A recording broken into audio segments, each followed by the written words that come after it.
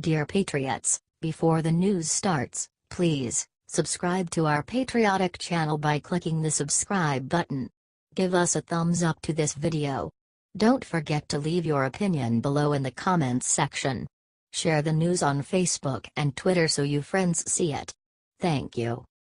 Shutdown. A U.S. judge on the Benghazi case just gave Hillary the worst news of her life.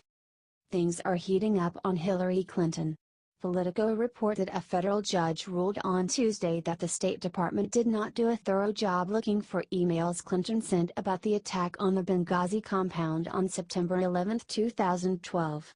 But here comes the best part. The judge ordered the State Department to try to find those emails again. That's right, this case is back open. The ruling was the result of a lawsuit from Judicial Watch, which argued that the Department of State's search for Clinton emails was incomplete as it did not include a search within the State Department's own systems. The State Department relied instead entirely on outside sources, including personal handovers from Huma Abedin and other top aides. The State Department found 348 emails connected to Benghazi that were sent either to or from Clinton over the course of 5 months after the attack. U.S. District Court Judge Amit Mehta ruled in favor of Judicial Watch, saying, "To date, State has searched only data compilations originating from outside sources, Secretary Clinton, her former aides, and the FBI. It has not, however, searched the one record system over which it has always had control and that is almost certain to contain some responsive records, the state.gov email server. If Secretary Clinton sent an email about Benghazi to Abedin, Mills, or Sullivan at his or her state.gov email address, or if one of them sent an email to Secretary Clinton using his or her state.gov account, then State's server presumably would have captured and stored such an email. Therefore, State has an obligation to search its own server for responsive records." Boom. Seems obvious enough, right? Maybe check State Department servers instead of relying exclusively on the people you're investigating to give you everything? According to Politico, state officials have said emails were not routinely archived during Clinton's time as Secretary of State. How surprising, so it may still be difficult for investigators to find those emails. Nevertheless, this is a huge ruling that both exposes how shoddily the last investigation was done, and opens the door to finally finding the truth of what happened in Benghazi. Share to expose Hillary once and for all. HT Politico.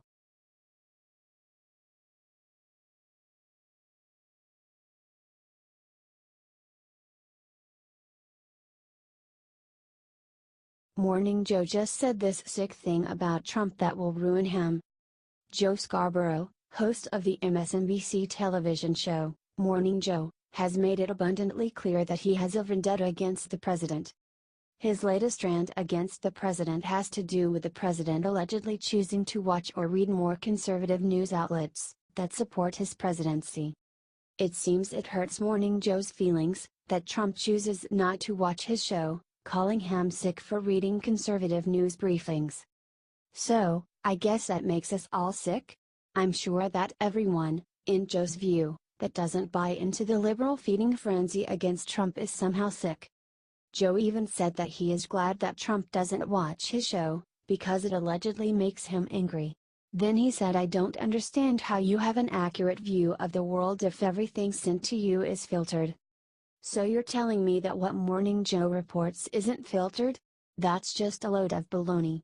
What he reports is completely skewed left, so that his left-leaning liberal viewers will watch. Why would Trump listen to that garbage?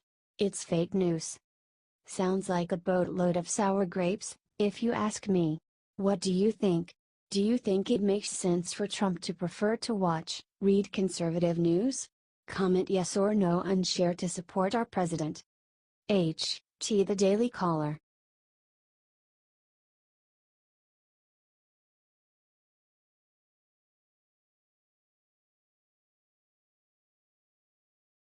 That's my president.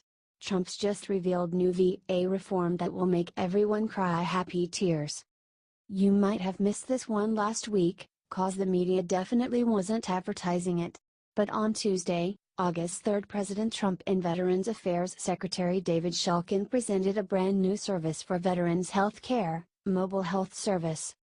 The Veterans Affairs telehealth services will allow veterans to make appointments on their smartphones or computers. This new service will make it quicker and easier for veterans to access their health benefits. This is a part of President Trump's plan to modernize and reform the VA, which has been struggling in recent years amid scandal and inefficiency. President Trump said of the new tech, "This will significantly expand access to care for our veterans, especially those who need help in the area of mental health. It will make a tremendous difference for the veterans in rural locations, in particular." President Trump even got to joke with one of the veterans using the service for a skin condition during the presentation, saying, "Looked pretty good to me, what do I know?" Then he added, to the doctors, "Please make sure his skin is perfect, okay?" Sounds like more great news from President Trump. Our president loves the vets, he promised to serve them, and he is delivering. Isn't it strange to have a politician actually do the things they promised? I could definitely get used to this. The media tried to bury this so fast because it was a nice story. Share it 25,000 times to get past them and show the world the kind of awesome president we have. HT The Washington Times.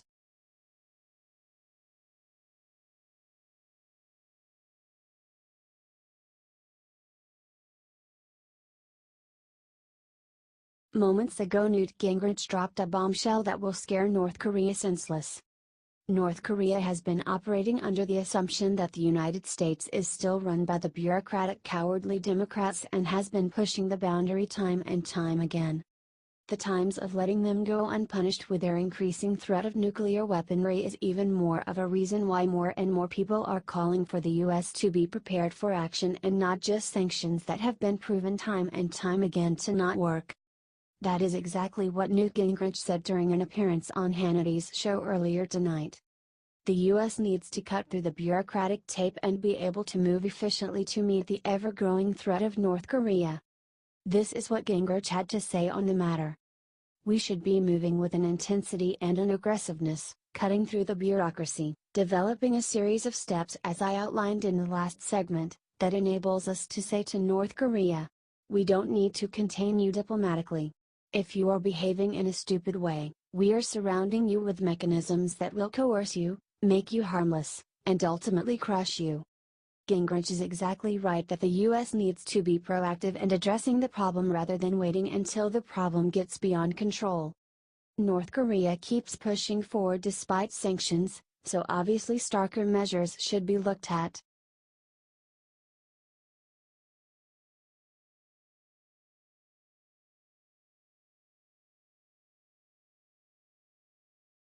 Bombshell: shocking new details from Lynch probe reveal corruption that will even make Democrats gasp. Former Attorney General Loretta Lynch is being investigated by someone who had previously worked for her. Yep. You heard that right. Just when we thought the Democrats couldn't make their corruption more obvious, they find ways to sink to new lows.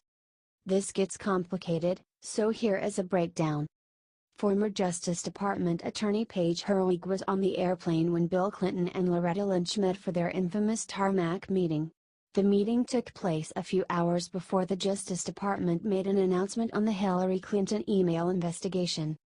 Herwig then helped draft the Justice Department's media talking points on the meeting. Herwig now serves as a Democrat counsel on the Senate Judiciary Committee. This news is crazy. How do the Democrats keep getting away with this stuff? They do it right in front of our faces, and guess what? The media doesn't report it. The media definitely won't report on this new Loretta Lynch scandal either. That's why we're going to try to get around them by sharing 5 million times.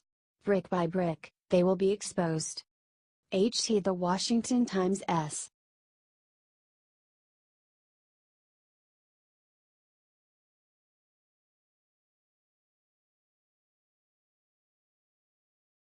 Trump's top aide Stephen Miller just destroyed the MSM with just one sentence. The leftists in the mainstream media have already made it very clear that they hate Trump's top aide and speechwriter, Stephen Miller. CNN almost picked an actual fight with him in a press briefing, for God's sake. Well, today Miller got his perfect revenge when he went on Fox and made a few declarations about President Trump that will drive the left crazy. Stephen Miller declared, "President Trump is the most gifted politician of our time." Not only that, Miller also let everyone know that he believes Trump is the best orator to be president in generations, presumably since Ronald Reagan himself. Miller also took a second to fire shots directly at the MSM when he said that Trump is aware they will do anything they can think of to try and take him down. Honestly, it's just sad. However, the driving point of the whole interview was this: Trump is the leader of this nationwide and worldwide populist movement, and it's about lifting working class people, black, Hispanic, white, all backgrounds. If you think President Trump does a better job representing the working American than the hoity-toity elitist media, then share this out and show everyone the Trump train is still strong.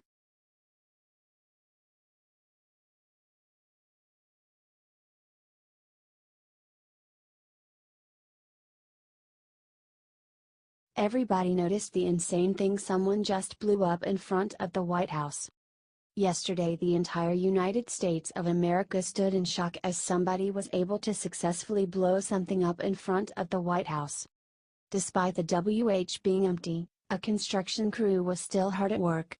Imagine their shock when they looked out at the lawn and saw somebody blew up a giant, inflatable Trump chicken right outside the White House.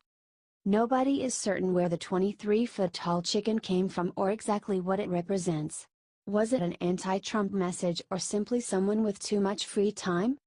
A similar chicken had been seen at a tax day protest event because, liberals protest everything. Still, many concerned voices on social media suggested that Secret Service should have removed it from the National Mall in case it was filled with poison gas or something. Now, to be fair, it would be very hard to perform a gas attack with that little gas outdoors. Do you think liberals are doing a good job protesting Trump?